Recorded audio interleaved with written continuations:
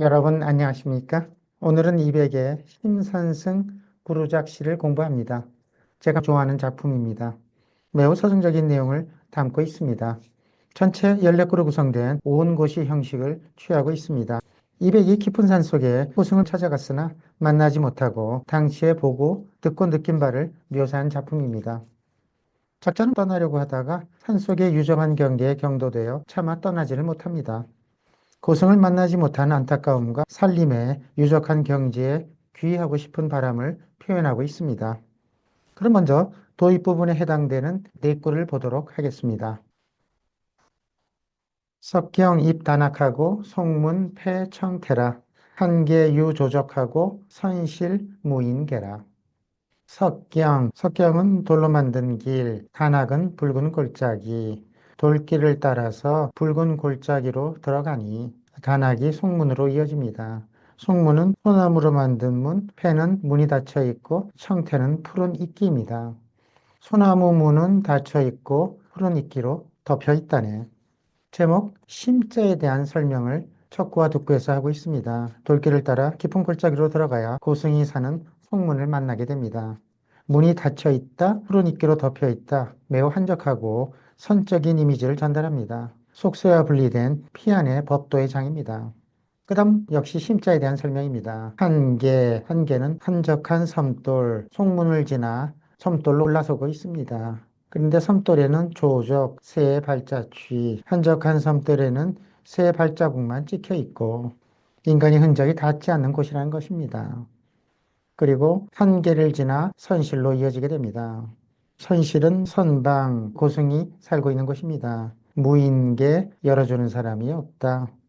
즉 선방을 두드려도 문을 열어주는 사람이 없구나. 이상 득구는 부루에 대한 설명입니다. 산승을 찾아갔지만 만나지 못한 내용을 도입 부분에서 설명하고 있습니다. 다음 내구는 선실이 본론과 시상을 이어주게 됩니다. 표창견 백불하고 배벽 생지내라. 사공탄식하고 욕고 잉배회라. 선실이 교창으로 시상을 이어주게 됩니다. 교창은 학문 사이로 들어본다. 백불은 흰색 깃털의 불자입니다. 먼지를 토는 도구인데 설법할 때 사용합니다. 창문 사이로 들여다보니 흰 불자가 보이는데 고승은 보이지 않고 흰 불자만 보인다고 합니다. 백불이 궤벽으로 시상이 이어집니다. 궤벽은 벽에 걸려있다. 진해는 먼지입니다. 벽에 걸린 채 먼지가 수북히 쌓여 있다. 먼지가 수북히 쌓여 있다는 것은 산승이 출타해서 오랫동안 돌아오지 않는 것을 의미합니다. 시제목 부르에 대한 이유를 좀 더 자세히 설명합니다. 그러자 사공탄식, 나로 하여금 저절로 탄식하게 만든다. 만나지 못한 것에 대한 아쉬움의 탄식으로 표현됩니다. 그리고 탄식은 배회로 다시 시상이 이어지게 됩니다. 욕고 떠나려고 하다가 잉은 여전히 배회하게 된다. 떠나려고 하다가 다시금 머뭇거린다. 작자는 왜 탄식하면서 떠나지 못하고 머뭇거리고 있는 것일까요? 직접적으로는 먼 길을 와서 고승을 만나 뵙지 못한 것이 너무 아쉽습니다. 그런데 머뭇거리는 이유가 결미 부분에서 설명되고 있습니다. 결미 부분 6구를 보도록 하겠습니다. 향운 편산기하고 화우 종천내라. 이유 공락호 한데 황문 청원해라. 여연절세사하고 차지 방유제라. 향은 향기로운 구름, 선방에서 바라본 풍광묘사입니다. 편사는 온 산에서 구름이 일어난다. 향기로운 구름이 온 산에서 일어나는 것을 보고 여기서 향운은 화엄경에 향운조여의 고사를 사용한 것으로 봅니다. 즉 불법이 사냐를 두루두루 비추고 있다. 그래서 향운은 정결한 마음의 상태를 비유합니다. 그리고 향후는 화우로 시상이 이어지게 됩니다. 화우는 꽃비, 종천내 하늘로부터 꽃이 비처럼 쏟아져 내린다. 이 화우는 능연경 가운데 천우백 보련화라는 고사를 사용하고 있습니다. 하늘에서 보련화가 수없이 내린다. 불법이 중성에게 널리 퍼져나가는 것을 비유할 때 사용합니다. 향기로운 구름과 꽃비는 선방에서 바라본 풍광 묘사이지만 불법의 깨달음과 불법이 중성에게 널리 퍼져나가는 것을 비유합니다. 선승의 법력이 매우 숭고함을 의미한다고 볼 수 있습니다. 그러니 만나지 못한 것이 더욱더 아쉽기만 합니다. 그 다음 이유 공락호, 여기서 공을 공적한 선의를 깨닫는 경지로 보는 것이 좋을 듯합니다. 선족의 깨달음과 해탈은 공에 있기 때문입니다. 락은 세속에서 해탈했을 때의 희열입니다. 산속의 공적한 즐거움이 좋기만 한데 황문을 하물며 들린다. 청원의 맑은 원숭이 울음소리, 하물며 맑은 원숭이 울음소리가 들려오는데 청원에는 세속과 단절된 유적한 분위기를 전달하면서 고승을 만나지 못한 아쉬움을 표현하고 있는 듯합니다. 공의 깨달음을 통해서 속세를 초탈하고자 하는 마음을 갖게 됩니다. 공락이 경유분의 절세사로 시상이 이어집니다. 요연은 완전히 절세사 세속의 모든 잡념들을 끊어낸다. 속세의 마음을 완전히 끊어낸다면 차지, 방유제 이곳에서 바야흐로 유유자적하고 싶구나. 유자는 절세사의 시상을 이어받고 있습니다.